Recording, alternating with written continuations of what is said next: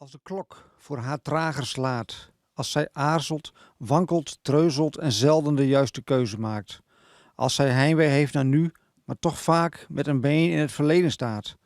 Als zij voelt en ruikt en proeft dat ik mijn armen maar al te graag om haar heen zou willen slaan. Als de zon wel schijnt, maar zij liever met haar hoofd naar beneden door de regen gaat. En als ik het dan niet laten kan, om zachtjes met mijn vingers over haar wang te strijken. Wanneer zal ik dan haar adem? Wanneer gaan dan mijn handen en mag ik eindelijk haar ribben tillen? De glorie van onkruid.